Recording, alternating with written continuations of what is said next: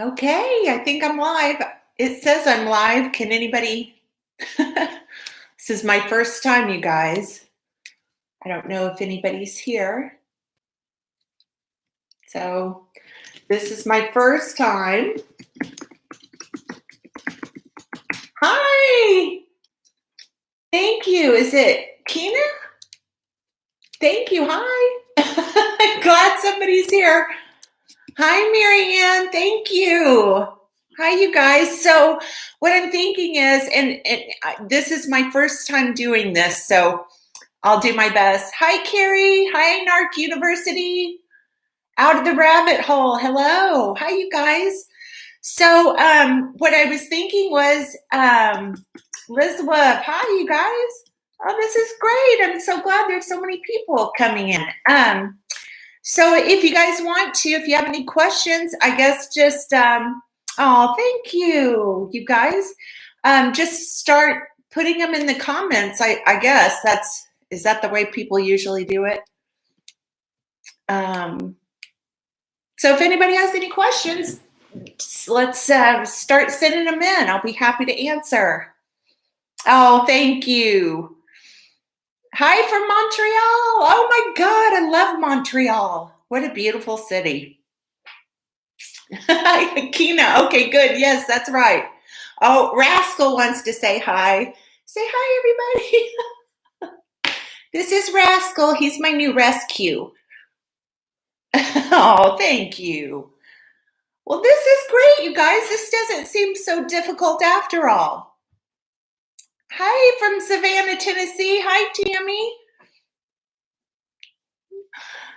So does anybody have any questions you want to send in? Oh, yes, Rascal. Yes, he's a sweetheart. So Out of the Rabbit Hole says, why are they so afraid to get tested for the court? I don't know what you mean by tested, like forensic testing, psychological testing?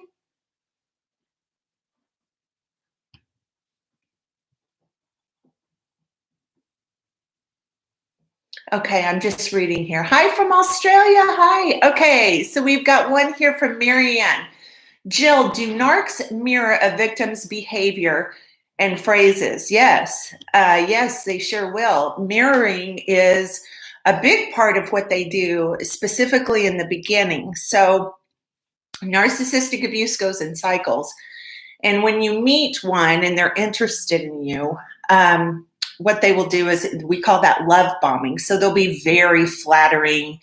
And then they will do something called mirroring. So they might ask you some questions about, what your interests are and what you like. And what a coincidence, they do too. It's the same. Their interests and hobbies and passions are the same as yours. And so, yes, they definitely do mirror.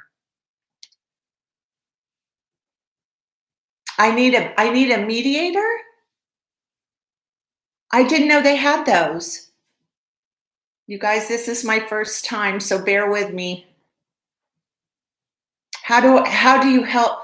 Do you help many targeted individuals? Well, I hope so. That's hopefully what I'm doing here.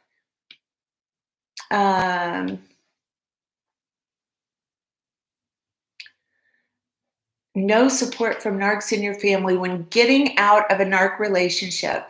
It's a double whammy. I'm in such a tough spot. What are your suggestions or thoughts on this? You have no support from your family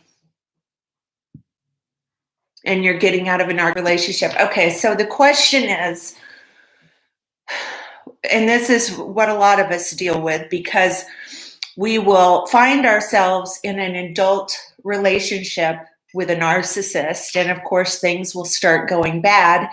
And as we're kind of waking up to the reality of what is going on, we realize that there's members of our own family that have this. So typically, a lot of times, like in my case, when I realized and really started learning about what my ex-husband had, and he was officially diagnosed, but it became crystal clear that my father had this too. So I had been subjected to narcissistic abuse my entire life and just didn't have the name for it or didn't know what it was called. So a lot of times when we end up in an adult relationship like this and we're getting out, we have no one to turn to in our own family, or even worse, many times the narcissist will enlist members of our own family to team up against us. And that happened. So the best thing I can advise anybody for who has found themselves in this situation is try and reach out, join support groups with other victims of narcissistic abuse that have that can support you and give you guidance. I run a support group on Facebook that anybody is welcome to send in a membership request, answer their questions.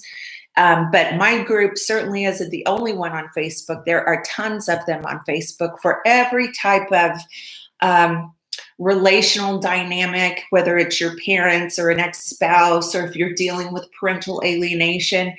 And that's a place where you can go in and everybody knows what you're going through. You can support each other. You can throw around ideas. You can ask for guidance or suggestions on how to handle certain things.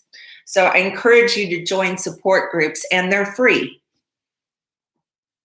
How to find a lawyer who will understand narcissistic abuse. Do you know of anyone who has done so successfully?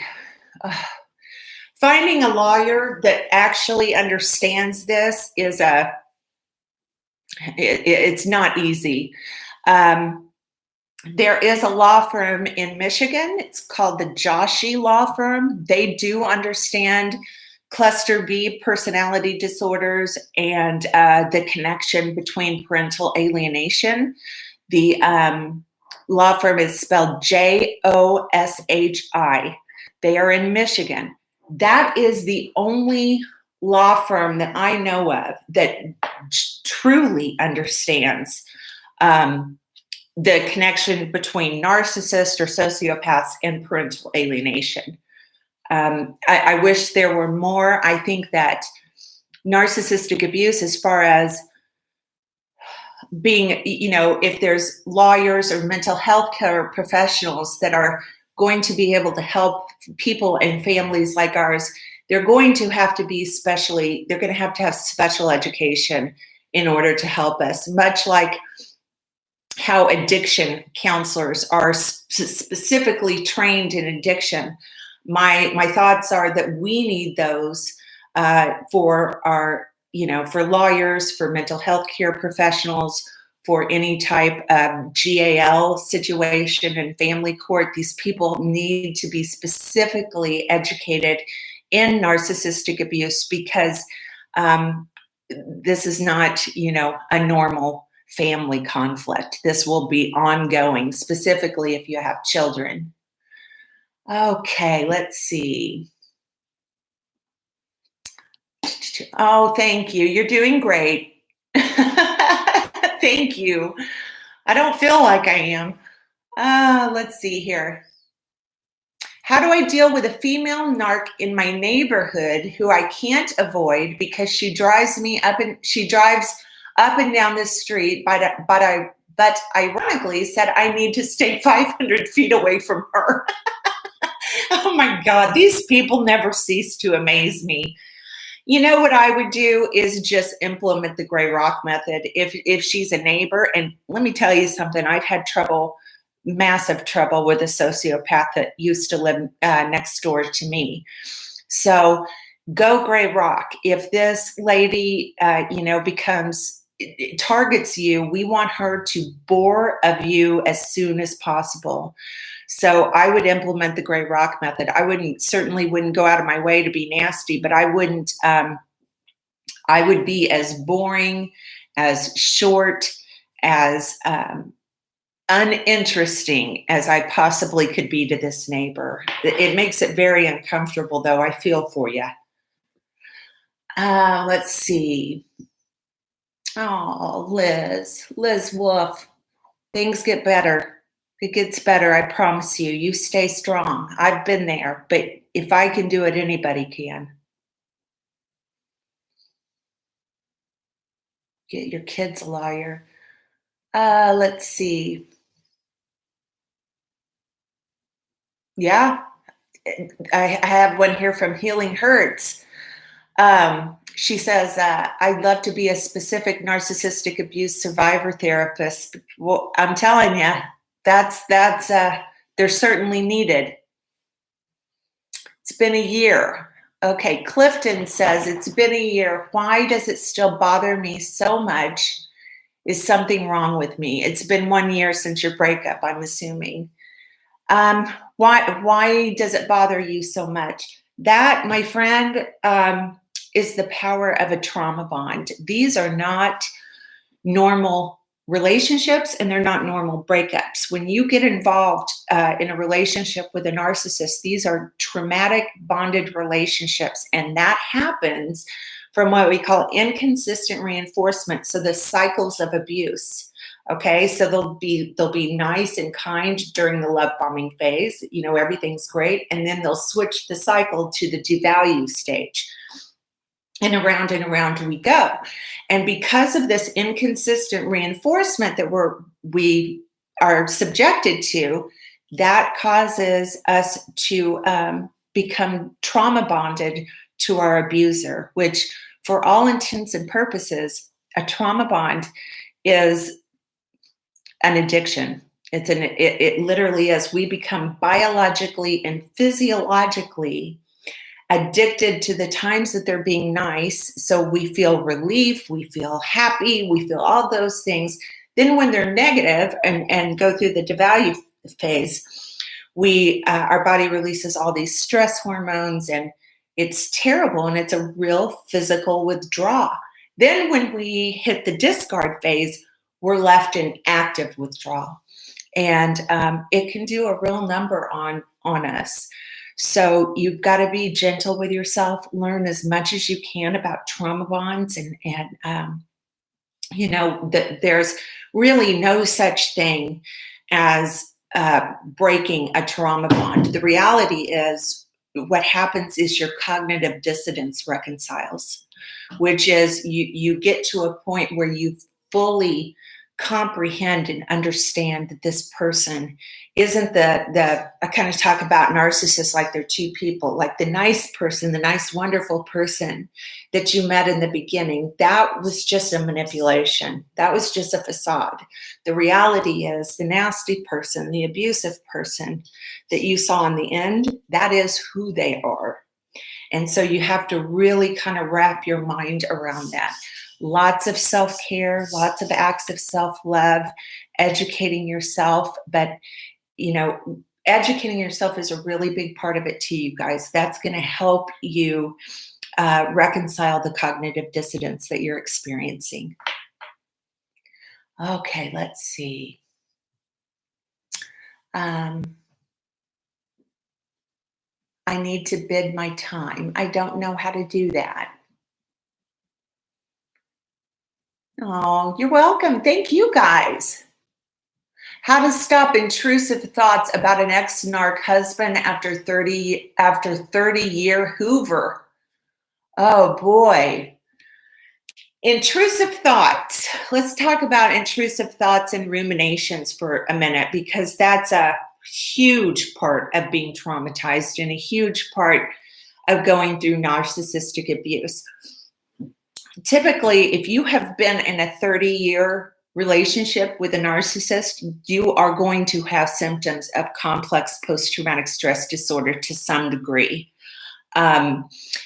When our brain and body has been traumatized by these people, it rewires our brain. And those intrusive thoughts, those ruminating thoughts, thinking about it over and over and over, trying to figure out how it happened, all of these other things, it establishes pathways in your brain.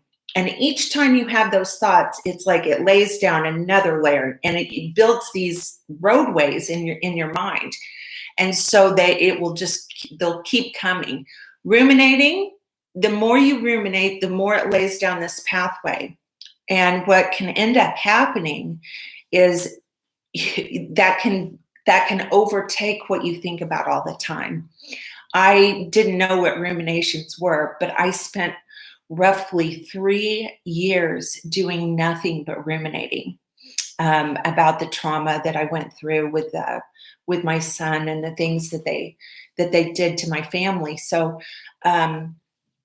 the best thing I can, first of all, and again, you'll probably hear me say this over and over and over, learning about it, being able to identify it when it happens. One of the things that I did as far as trying to get those thoughts out of my mind, and I did lots of grounding techniques. I did sometimes if I needed to just shock my system, I might jump in a cold shower. You want to do anything you can to stay present or future focused. Guided meditations, affirmations. You have to pick and choose your thoughts every bit as much as you would pick and choose your words or your actions. So nobody really teaches us that, but the thought process, the thoughts that we have after we have been gone through something like this, we can re-traumatize ourselves just from our thoughts. So it's critical when you get out of these relationships that you really get on top of your thoughts. It's hard in the beginning. It's not easy. It took me a long time to really get control of them because, again, I had ruminated for 3 years. So that was literally the only thing I thought about. So you want to get on top of those as soon as possible, as soon as you can. Okay, let's see. Let's see what I just lost it. Okay. I have a mother who's a covert narcissist and also is either bipolar or BPD. She phases from being really nice to being totally disrespectful, usually every week. She is either one or the other. Yeah, they're horrible to be around. That's why that's why we promote going no contact so much. It's not because no contact is, we're mean or we want to be vengeful or we want to get back at them. No contact is utilized because we have finally come to the conclusion that any contact with this person will always end in us being abused. Maybe not in that moment, but trust me when I tell you, when you have contact with a malignant narcissist or a sociopath, it's going to always end badly for you. So no contact is the only thing you can really truly do to keep yourself safe.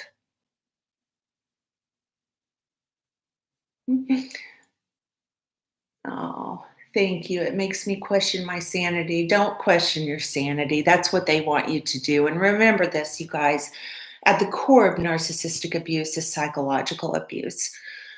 So you got to remember, you have been psychologically abused and manipulated by these people. So they have made you question what you saw, what you heard, your interpretation of reality.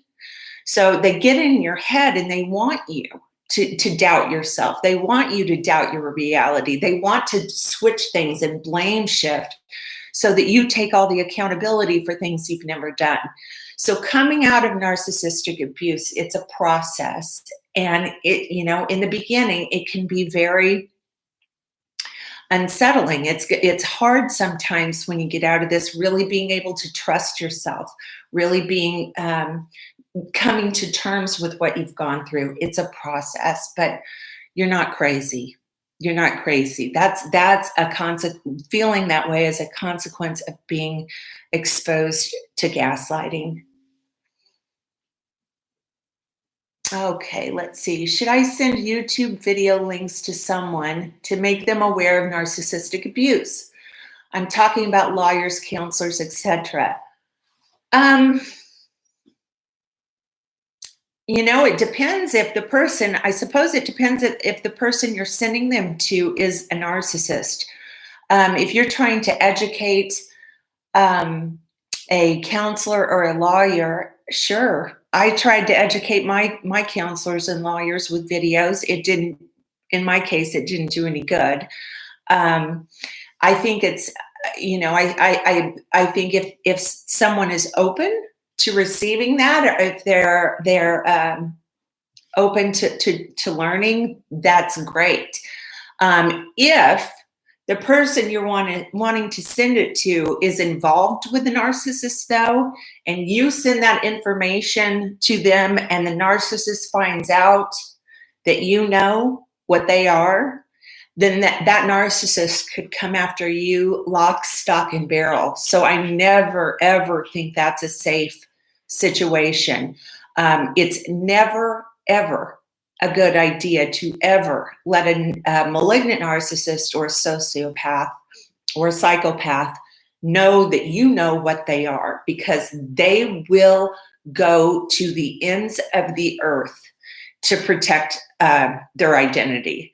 So that's, for example, in my life, when I figured out what my ex-husband was, then I realized what my father was, and I confronted him and told him under no uncertain terms he was to stay away from me and my son. And that's when he swooped in to destroy my life, destroy my relationship with my son. So, hindsight is always 2020, but part of my purpose here is to hopefully you guys can learn from my mistakes. And I made a lot of them. Oh, this is a good question. Melissa asks, do they know what they are doing and do it on purpose? This is interesting. So, yes, part of it is yes. Narcissists, this is the key to understanding, and I think such a critical component to reconciling cognitive dissidence. Narcissistic personality disorder, antisocial personality disorders, these are permanent character and personality disorders. This is not a mental illness. This isn't any type of learning disability or something like that. These people know right from wrong. The problem is they just don't have the capacity to care. So it's not that they know what they're doing. They know what they're doing. They know that it's causing people to suffer. They know that it's harming people, but they enjoy it and they just don't care. This is a person who is lacking in a conscience. The amygdala and the frontal lobe of their brains don't operate like a normal person's. So, and by the way, typically with highly empathic people, our amygdala and frontal lobe will be overactive.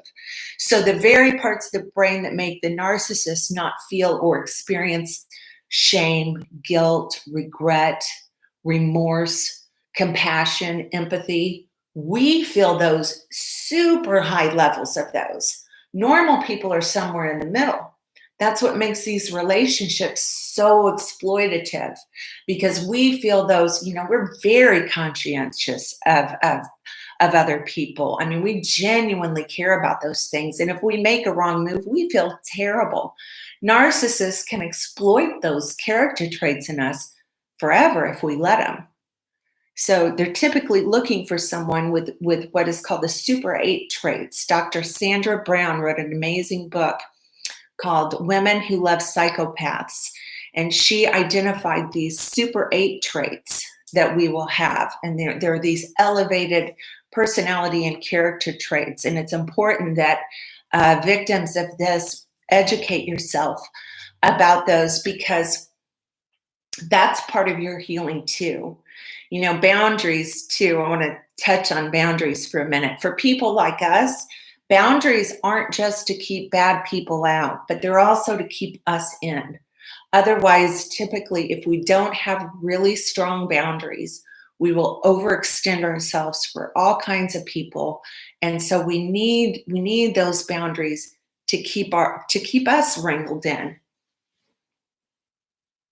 But yes, Melissa, they know what they're doing.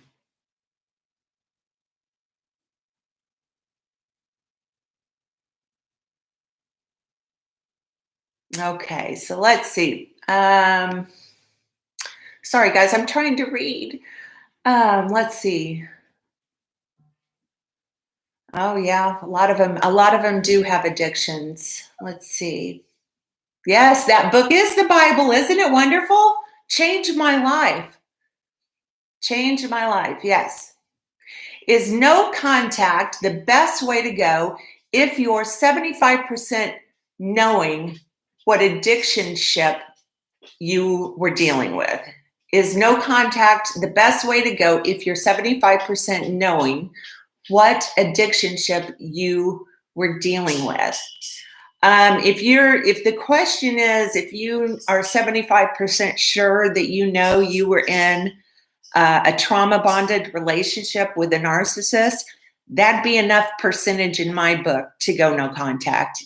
Personally, I like to anymore when I get even a gut instinct about somebody, I listen to that. I'm very in tune with my own intuition, gut instincts, and I encourage everybody to really get in touch with that because that's Mother Nature's, God's, whatever you want to call it, internal radar system, alarm system that is there to keep you safe. And when we all look back at our relationships with these people, when we look back at the beginning, we can always say there was something telling me something wasn't quite right with him or her, and we ignored it. And that is always a mistake. Listen to that. Get back in touch with that. Another problem with gut instincts and perceptions and intuition is the narcissist has told us for so long that we didn't see what we saw, we didn't hear what we heard, we didn't think what we thought. We've been gaslighted so badly that we tend to suppress our gut instinct, or we just don't trust it. So what I'm telling you is get back in touch with that. That's there to keep you safe. Okay, let's see. They distract and deflect when you call them out. Oh boy, yes, they do. They distract, they deflect, they project, they gaslight, they use word salad. They have all kinds of tricks up their sleeve that they use. Change the subject, get confusing, pick a fight, blame you, you name it, these people will do it. Is there ever recovery for a narcissist? Mother, ex-wife, mother of my 5 children, divorced for 12 years. Oh boy, Cliff. Let me put it this way. Is there ever recovery for a narcissist? I would suppose it depends on where they are on the spectrum. You might, if they don't have narcissistic personality disorder, in my opinion, when you are dealing with somebody with narcissistic personality disorder, malignant narcissism, or suffering from sociopathy, there is no hope. Not in my opinion. You might meet some people or some therapists or doctors who would say that there are, and maybe there is. I've never seen it. I've never even seen a narcissist who was willing to self-reflect or had any interest in the least in taking accountability for what they did and change. So, part of changing requires self-reflection, accountability, and a lot of hard work. And I've never met anybody with NPD or higher that had any desire to do that at all. Okay, let's see. Let's see here. Okay, my abusers know what I know because they read my YouTube comments, and I have been very vocal on YouTube. Okay, so your abusers know that you know. Okay, well, just be careful. Yeah, I wouldn't necessarily go poke the bear, so to speak. When you're dealing, this is my concern. You're dealing with a person who doesn't have a functioning conscience, okay? So these people don't have the internal moral compass that we all have that guides our behavior. Not to mention, there's a Machiavellian part to the personality disorder, which means they can gain pleasure in causing other people to suffer. So when you put those two together, that could be, I've lived through it. That could be a formula for disaster. So, my philosophy is, after going through this for years, is just get away. Just get away and go no contact, because the damage and destruction these people can have on your life, just for the sheer fun of it, it's never ending. So, in my opinion, it's always better to just be safe than sorry. Let's see. Oh, that was nice. Very exhausting. Yep. Try focusing on yourself, Clifton. Yes. Oh, thank you. Should I return their belongings? They left the marriage, no contact, but I have no idea what they are doing. So you have the narcissist belongings, and you're wondering if you should return them. Personally, I probably would, just because I wouldn't want them to have an excuse to hoover me or come back over. So you might pack them up and just even take them to the police station or something. But I would not want to keep their belongings. That could provoke a hoover later on, or give them an excuse to come to your house and cause all kinds of problems. So I would probably return them, or have somebody else return them to them.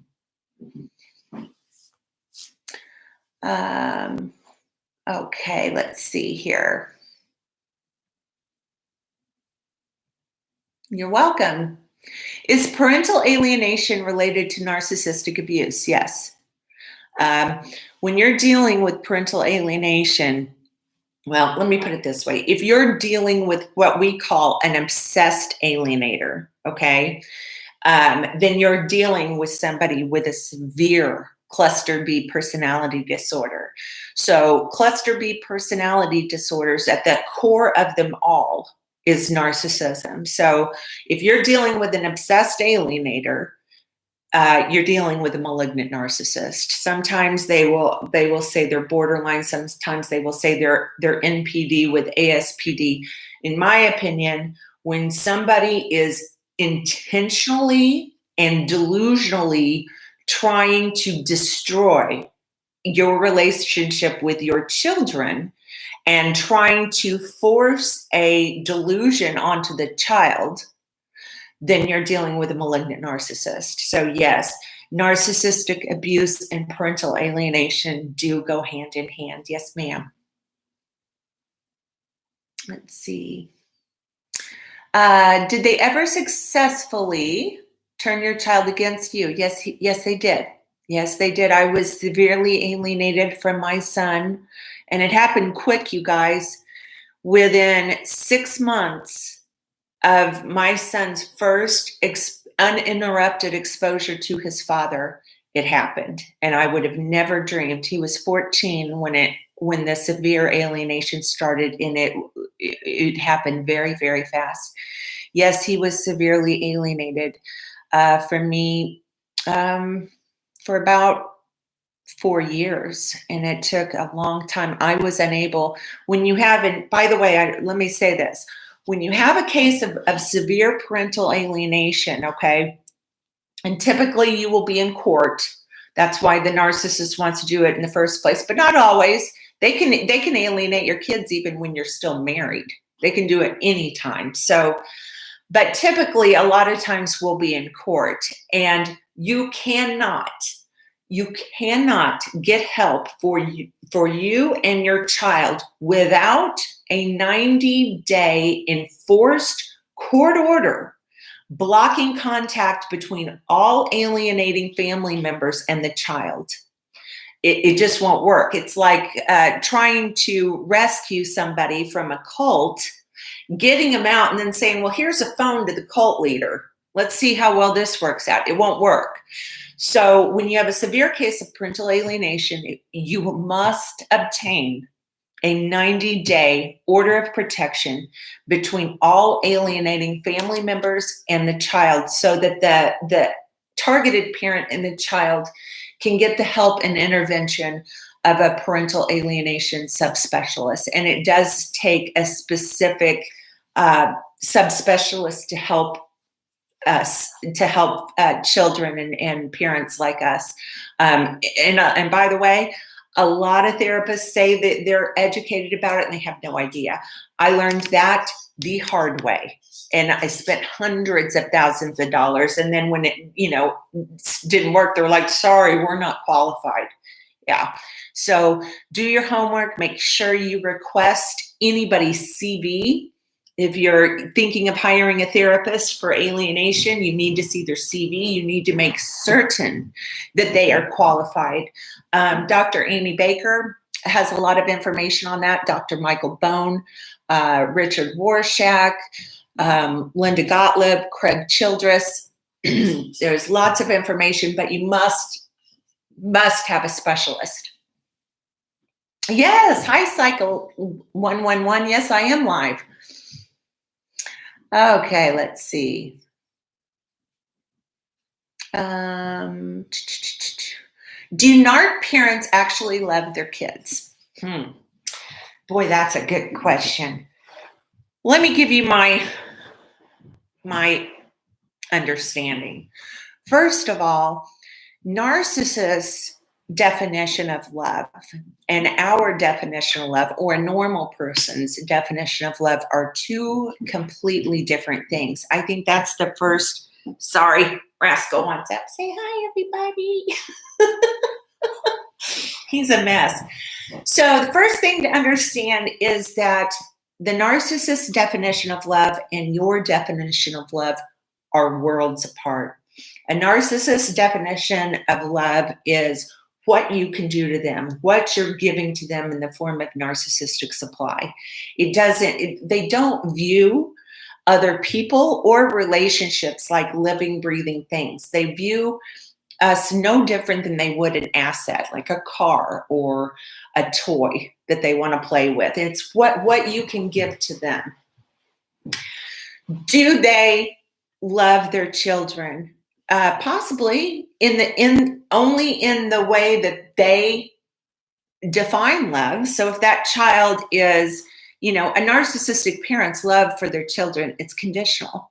It's conditional on what that child gives to them. So if the child is performing well, I have no doubt in the capacity that the narcissist is capable that they do love that child. But boy, that can change at the drop of a hat the second that child isn't performing or giving the parent the narcissistic supply that they require. So, typically with my narcissistic parent and what I see in my son's relationship is, my dad would come around if I was possibly performing well in school or I had something that he could gain supply off of. I would be possibly the favored child at that point in time. But as soon as that was gone, or I wasn't, he wasn't gaining anything from it, he would lose interest in me. So do I think narcissistic parents love their children the way normal parents love their children? Absolutely not. No, I don't think they're capable. That's just from my experience and everything that I have lived through and learned. No, I don't. Okay. Both bears have been poked. I've been taking blows lying down and they won't stop. I have to fight because I'm human and now it's about respect. I understand that. It's hard. It is about respect. But I'll tell you, there's an old saying, when you wrestle with the pigs, you're going to get dirty. And besides, the pigs like it. Narcissists want to engage you in that fight. They want the chaos. They want you defending yourself against things that they know aren't true. They enjoy, getting you to engage in these things. And I'm telling you, your power lies in disengaging. Your power lies in ignoring them. Because that, if you really want to get back at them or make them mad, ignore them, because you're depriving them of the one thing that they need more than anything in the world, which is narcissistic supply. And let me just say this about narcissistic supply. Narcissistic supply in its simplest form is the attention of others that makes them feel special.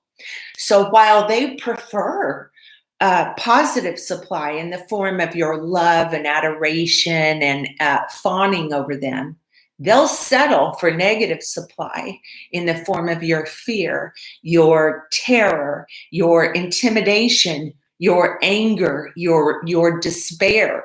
That's still your attention that makes them feel special. So the goal should always be to deprive them of that narcissistic supply, because typically they bore rather quickly and they'll move on to targeting someone else. And that should always be the goal, is to just get away from these people. The reality is many of them can be very dangerous. So you need to just get away from them. Oh, my alien. Oh, love, peace. You stay strong. Listen, my son was severely alienated, and we're better than ever now. So I don't ever give up. Your kids love you. They are every bit, if not more, of a victim than we are. So don't ever give up on your kids. They love you. They have been manipulated and abused in the worst ways, and they're innocent kids.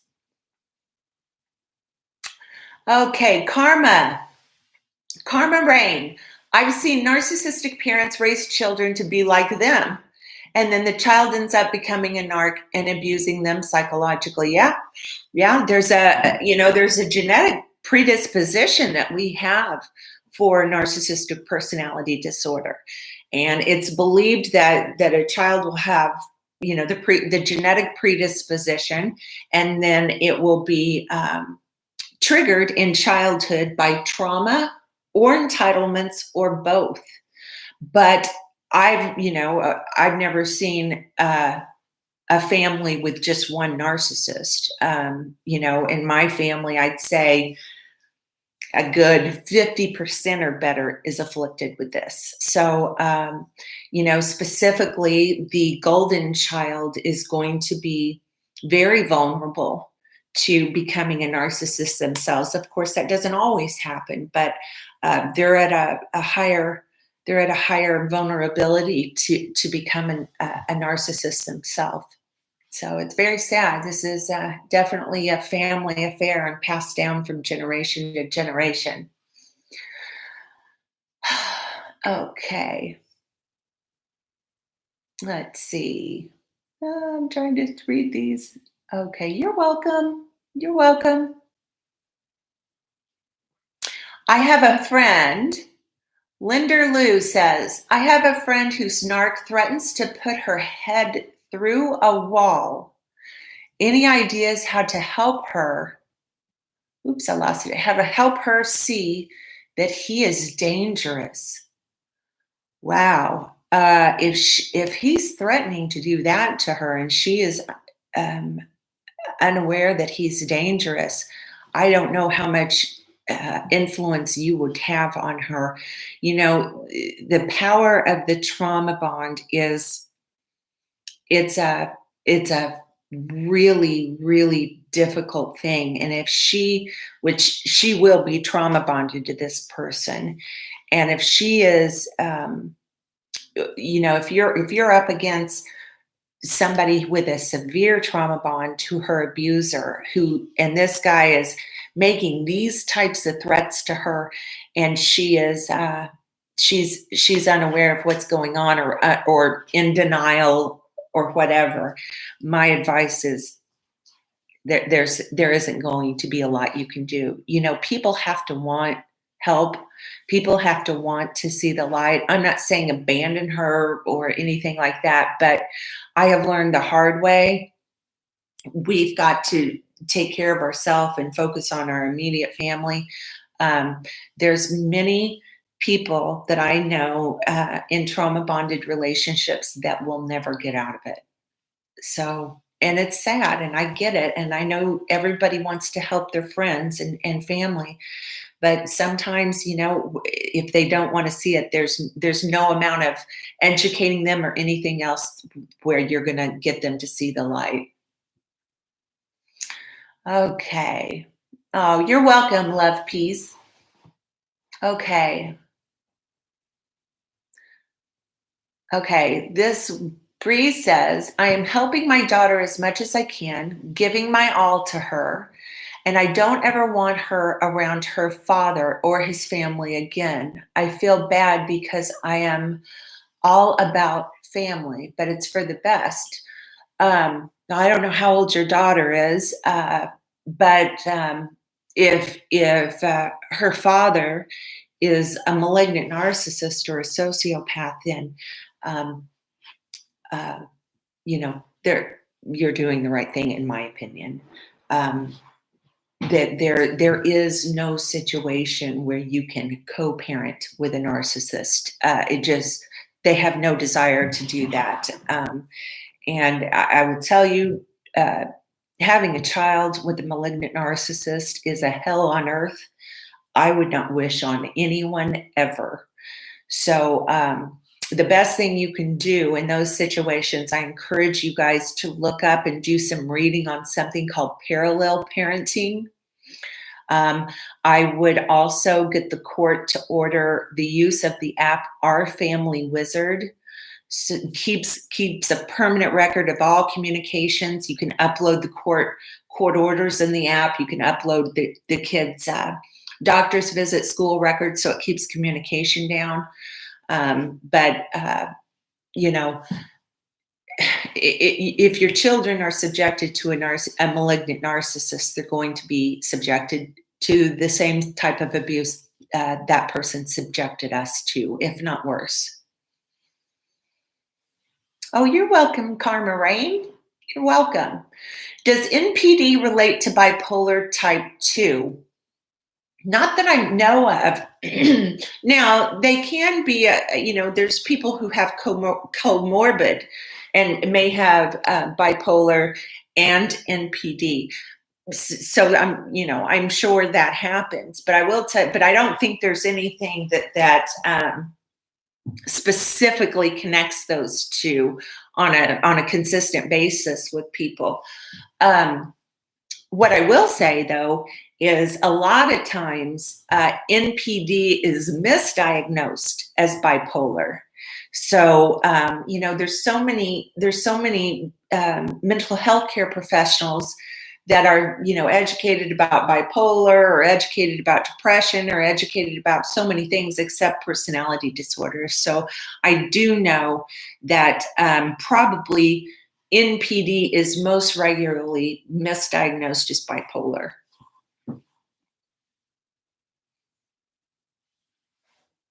Yeah, I know. Oh, okay. Let's see.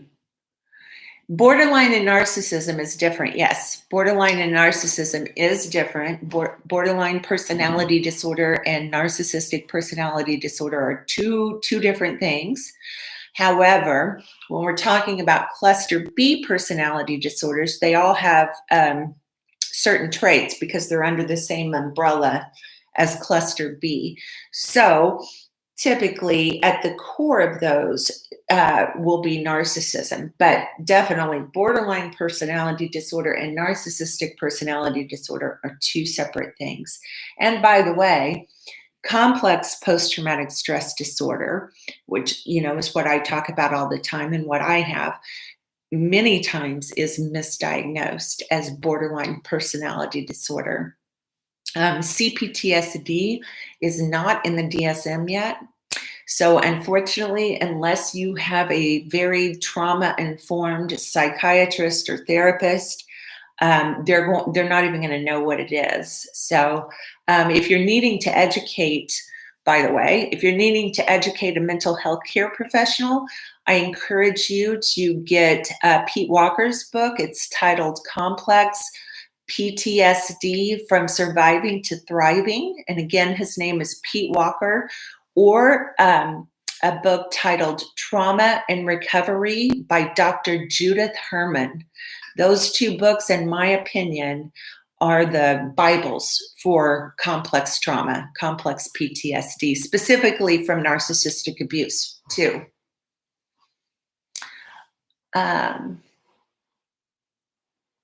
Okay, let's see here. Educate yourself is right. Yep, read about it. Well, let's see. Do we have any more?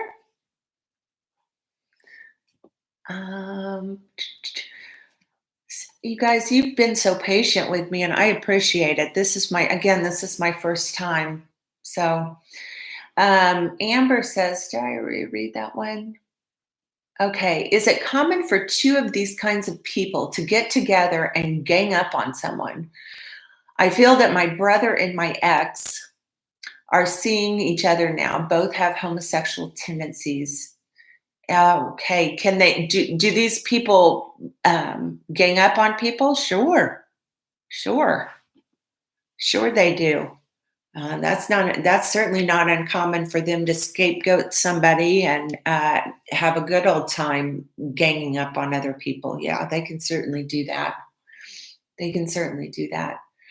Give a few narc red flags for starting new relationships. Oh, this is a great question. So let's talk about the red flags. So if you're just starting to date someone, what are some red flags?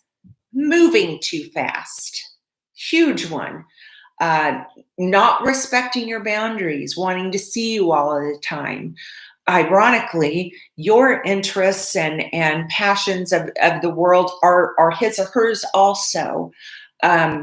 Watch how they treat people in the service industry, waiters, waitresses, housekeepers, front desk clerks, things of that nature. You want to be looking out for the 3 E's, okay? So you always want to have this in this simple formula in the forefront of your mind. You're looking out for the 3 E's. What are the 3 E's? Lacks empathy, has entitled behavior, and exploitative behavior. The 3 E's: lacks empathy, entitled, and exploitative. Okay? So you're going to, when you're dealing with somebody with narcissism, you're going to see those 3 E's consistently. Now, maybe not in the beginning, because they're, of course, going to be on their best behavior and they're going to be love bombing and everything else. One of the best things that you can always do is take your time when you meet somebody. There is no rush. Really get to know somebody, but establish also, really know your boundaries. Know your boundaries and honor them. Narcissists hate boundaries. So if you just start dating someone, they're going to try and plow through those boundaries relatively quickly.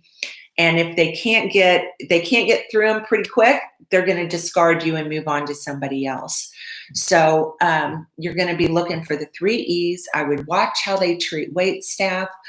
I would pay attention to, are they flattering me too much? Are they, is this just coming on just kind of crazy, the things they're saying? Is there too many coincidences? Things of that nature. And just take it slow. That's the best thing you can do. Take it slow, because their true colors will come out. They're not very good at keeping up the facade, the good guy or good girl facade, very long. So typically, I'd say their mask starts to slip within 3 months. 3 to 6 months would be a good idea of time. Now, that's not always the case. That's not with every situation, but generally, I would say that's a pretty good one. Oh, and love, thank you. Okay. I don't know what that says. I hate what my evil mother has turned. Oh, Wade, you hang in there. Let's see. Okay, I think I've read all those. Let's see. What can you do if the narc is your adult child living with you? I love watching your videos. You have helped me immensely. Sarah, thank you. This is probably the most heartbreaking question. Probably the one that I hate when I get asked it, because not because anybody's asking it, because I know what you're going through as a parent. I mean, I'm nearly tearing up right now just reading that. Um, Boy, Sarah, I don't know how old your child is, but if they're, the personality is pretty much fully formed by the time somebody's 25. And as far as I know, when the child gets, the adult child, we call them a child, they'll always be our child, but they're an adult. One of the things that is going to be successful, if anything is going to be successful in changing their behavior, it's consequences. A lot of times the reasons the narcissists get away with the things that they get away with so long is because they have enablers along the way. And so, if you have an adult child that's living with you, and if he or she is abusing you, then this kid is going to need to face some real world consequences, in my opinion, because that's really, truly, that's the best thing. That's the best hope you have of changing their behavior long term. The more they get away with this, and I'm not saying be mean to them. I'm not necessarily saying throw them out on the street. I have no idea what your child lived through. I'm assuming he or she has likely been exposed to narcissistic abuse also. So there's a lot of variables that I don't know. But abuse is never okay. It's never okay. I don't care, if a person is an adult and they are abusing someone else, that's not okay. And if they're under some delusion that it is okay, or that they're entitled to behave that way, well, things are going to, God forbid they keep this up and do it to the wrong person, they'll wind up in jail. So my advice to you is consequences. They have to, this is the real world when they become adults. Oh, thank you, Bree. Thank you. Oh, thank you, Robert. I appreciate that. Okay, so oh, thank you, Clifton. Do children, teenagers, eventually notice the covert narcissism in the parent? Boy, that's a good one. Covert narcissists are tricky. They're much more difficult to expose than the overt narcissist or the grandiose narcissist. You can see them coming from a million miles away. Covert narcissists are tricky, and it depends how covert their manipulation tactics. Sorry, Rascal, say hi, Rascal. It depends how covert they are. The female covert, well, this a female in my case. The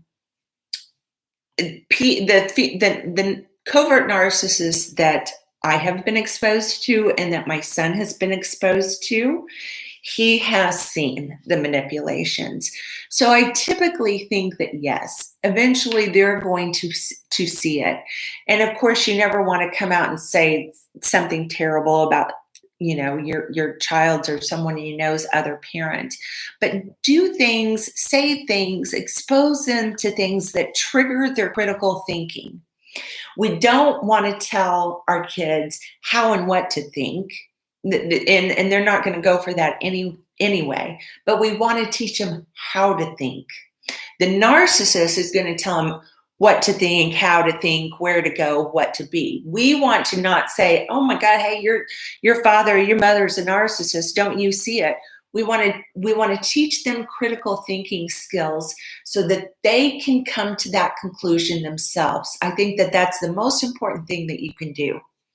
Teach them critical thinking skills. I do think that the kids figure it out eventually, if they're willing to. You know, lots of times kids, even adults, don't want to necessarily, they don't want to think that of their parents. And in my opinion, if you've had a very abusive, narcissistic parent, it's important that that you do label them. Otherwise, we tend to internalize that abuse or neglect into, you know, having a low self-esteem or lack of self-love or codependency issues. A lot of things can come from that. Well, that may be true. I've never heard that. Karma Rain says they get more money for mood disorders than personality disorders without medications. That may very well be true. That may very well be true. Let's see. Let's see. Oh, I'm looking. Oh, thank you, Christopher. Thank you. Let's see. All right. Okay. Anybody else? Thank you. You're welcome, Miley. Trying to see here. Covert pity stories. Yeah, the coverts are the that's funny. Covert narcissists are the best at the victim pity stories. You know, they're always the victim. They're the victim of their childhood, or they're the victim of their marriage, or you know, they just didn't get a fair shake in life. Let me just say this to you guys. Narcissists will play one of three roles, and one of three roles only, or some combination of the three, but this is the only roles they're going to play: the hero, the victim, or the martyr, or some combo of all of them. But that's the only three you're going to see: hero, victim, or martyr, or some combo. Yes, narcissists. Love Peace says narcissists go around telling everyone we're crazy. Sure they do, because they know we figured them out. So that's typically when they really go on the smear campaign and start to get people to think you're nuts, because they know you're on to them. Yeah. Can you restore the shattered pieces that the narcissist inflicted to you? Absolutely. Absolutely you can. Absolutely. Don't ever think that. There is not one element that I'm aware of narcissistic abuse that I haven't personally lived through. And I saw some dark days, you guys. It wasn't always easy. But I'll tell you what, there is light at the end of the tunnel. Life begins after no contact. I do believe that, by the way. I don't believe you can heal from trauma when you're continuing to be exposed to it, or continuing to expose yourself to your abuser. I could have never healed until I went no contact. It just would never happened. Let's see. Smear campaign. Yep. TJ, the dreaded, horrible smear campaigns. And I have lived through some of the most vicious and vile and disgusting smear campaigns you could imagine. They're horrible. He says, I know, but I'm seeking answers. Seeking answers for healing? Get Pete Walker's book, the book I was telling you about. It's called Complex Post-Traumatic Stress Disorder: From Surviving to Thriving. Get that book, and get a book called Healing from Hidden Abuse by Shannon Thomas. Those will get you going in the right direction. no contact. Get a hold of your ruminating thoughts. We want to try and get our thoughts out of the past and out off of the trauma and onto the present and to how wonderful our future is going to be. The brain has the capacity to do something wonderful. It's called neuroplasticity. Look that up. Start rewiring. We want to fire and wire different thoughts in our brain so we can get out of the trauma. But start out with Pete Walker's book, Complex PTSD from Surviving to Thriving, and Shannon Thomas's book, Healing from Hidden Abuse. Those are two great ones for narcissistic abuse recovery. Yeah, all three. Yeah, Craig says that sums up my ex. All three. Yep, those are the only three roles they're going to play. That's true. What is the best therapy? EMDR. Vanessa asks, what is the best therapy? EMDR. Well, EMDR is been highly successful for people with complex trauma. Regardless of what therapy you go into, make sure the mental health care professional that you're working with or the professional that you're working with is trauma informed. This is trauma. So sometimes, you don't need to go into therapy to relive all this, because many times that can just re-traumatize us. And again, we can become re-traumatized or continue to re-traumatize ourselves just from the thoughts that we have or the conversations that we have, reliving it over and over and over. For people who have been traumatized isn't always the best plan. So make sure your mental health care professional is trauma informed. And I think EMDR is one of the best therapies you could get into. I have several clients in EMDR right now, and they're having some really, really great results with it. So I hope that answers your question. Let's see. Oh, I just saw one and I lost it. Okay, Chris asks, what if you have to co-parent with your narc? So we're going to, first of all, there is no co-parenting with a narcissist.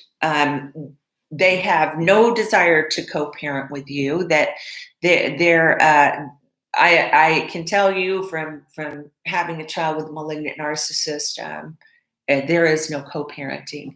I encourage you to look up and do some reading on something called parallel parenting. That has been the only successful co-parenting situation when you're dealing with a narcissist or what they call high conflict parents.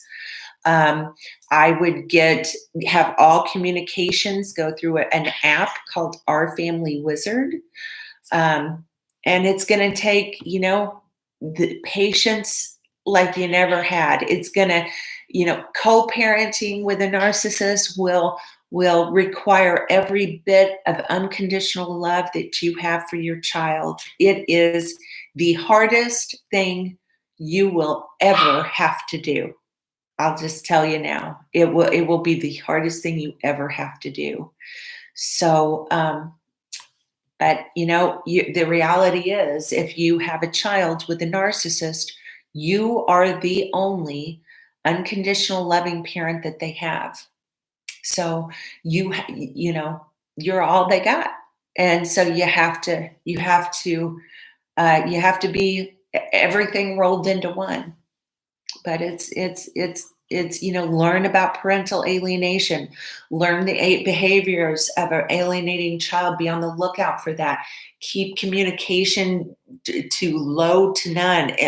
We want to disengage with the narcissist so that they don't gain narcissistic supply from wreaking havoc in our home through the child. We just want them to, we want to keep it as low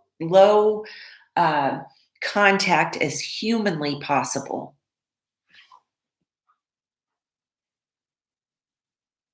Let's see. Why do narcissistic parents smear their own children? Well, because they because they don't have an operating conscience, because they gain narcissistic supply off of the smear campaign. It might depend on how that child, if that parent is envious of that child, or if the child wronged that parent in some way. The parent may be trying to, has a fear of exposure. So again, they're coming after the child in the form of a smear campaign in order to cause damage to their reputation or something that they might say. But again, narcissistic parents don't love their children the way a normal parent does. These are people that don't have a functioning conscience. So, there's a Machiavellian part to the personality disorder again. And when you have those two combos, this is a human being that can do things that a normal person, a normal parent, a normal human being would never even think of, let alone do it to somebody else. So it's sad. It's a having a narcissistic parent is it's no, it's they do so much damage. They do so much damage. It's just unbelievable what these parents are capable of, and it's heartbreaking. It's heartbreaking. Oops, I saw one here. Hold on. I'm trying. Hello from Jamaica. Hi, Jamaican Barbie. Hello. I want to go to Jamaica someday. Yeah. Tamara says, many of us have married narcs. Yes, we have. Maria asks, if the child set a boundary and doesn't follow the role given to them. I think you were answering somebody else's question on that one, maybe. Let's see. No, this is a good one. Karma Rain says, why do narcs run to the church if they are Machiavellian? So this is an interesting question. It's amazing how many narcissists go to church. One of the reasons they do it is that's part of that's a tool they have in their belt as part of their manipulation and the phony act and the facade of who they want the outside world to believe about them. I mean, nobody, although they should, but nobody typically expects to meet a predator in church. Who would think, oh my gosh, let's call the narcissist Bob. Bob goes to church every Sunday. He's there all the time. He's active in the church. He sings in the choir. He plays the piano, whatever. So when you hear things about Bob doing, horrible things, no, those two things don't align. So narcissists don't go, malignant narcissists aren't at church because they're faithful, unless they are there to, lots of not lots but all, like cult leaders will be malignant narcissists. So a lot of malignant narcissists actually believe they are anointed or something by God. A lot of these, unfortunately, a lot of pastors and people who try and get control of a church will be a malignant narcissist. In my opinion, church is the number one hunting ground for these people. So, don't think just because you're at church, you're safe from these people. They know church is it's a good place to find a target. So just be careful. But they go to church. They go to church as just another way to portray themselves like they want to the outside world. But it's not a genuine. It's not because of a genuine reason that they are feeling that they wanted to repent, or they wanted forgiveness, or they wanted to get closer to God. No, that's not happening. Let's see. LA says, mine said he was God. Who does that? A lot of them believe that they are. or they're connected or have this knowing. I mean, have you ever heard of a spiritual narcissist? Listen, they believe that their way is the only way into heaven, or they'll try and brainwash you with these scriptures or whatever they use from their religion to gain control over you. So many times they will manipulate and exploit scripture, get other people to believe that version in order to further abuse you. So listen, when you're dealing with a narcissist, nothing is off limits. They will use, manipulate, and exploit anything to get what they want. So don't think because somebody's, using scripture or the Bible or goes to church that they couldn't have this, because they absolutely could. Okay, let's see. Crystal says they can use religion to come off as superior and judge when people don't measure up. It's a form of supply. Absolutely. Yes, absolutely. Let's see. Yeah, well, let's see. That's true. Says narcissistic people use the church to be worshipped by others. You bet. Sure they do. Yeah. Yeah, and they use religion to gain the trust of others. That's right. Yeah, absolutely. Yeah. Covert narcissists take this stuff to a whole new level. All right. All right. Doug says, I recently worked under a spiritual narcissist. It was a nightmare. Yeah, I can imagine. I can imagine. All right. I'm going to answer a couple more here. Angie says, how can we mandate a curriculum for this? So I don't know, Angie, are you talking about in school, a mandated curriculum, or I don't understand exactly what you're talking about. Advice for parental alienation, Bella asks. This is a complicated one. Don't ever give up. Learn as much about this as you possibly can. Get Richard Warshak's book, Divorce Poison. Find, you're going to need it if they're severely alienated and you're in court, you're going to need a very knowledgeable attorney and obviously a very knowledgeable mental health care professional. Richard Warshak book is wonderful. Dr. Amy Baker, even just her website is a wealth of information. Craig Childress's website, wealth of information. His book Foundations is a ton of information.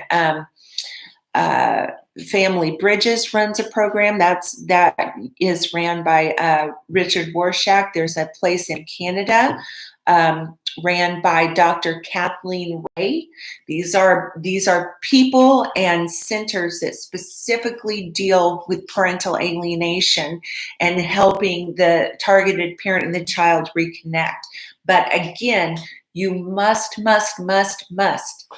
have the 90-day court orders and the intervention of a parental alienation subspecialist. So I'm going to list off some subspecialists real quick for those of alienated parents out there.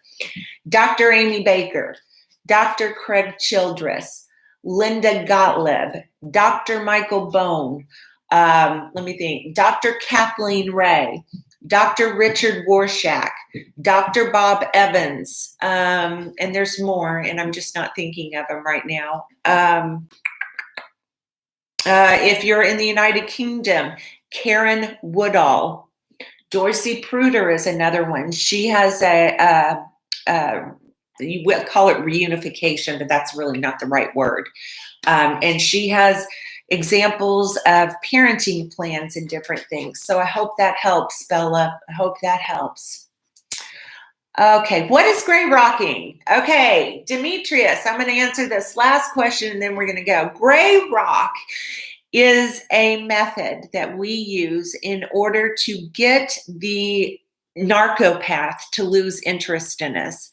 So it's just a method, and essentially you want to become as boring as a gray rock to the narcissist. So, for example, you might, if you're talking to them, might just real monotone, yes, no, whatever.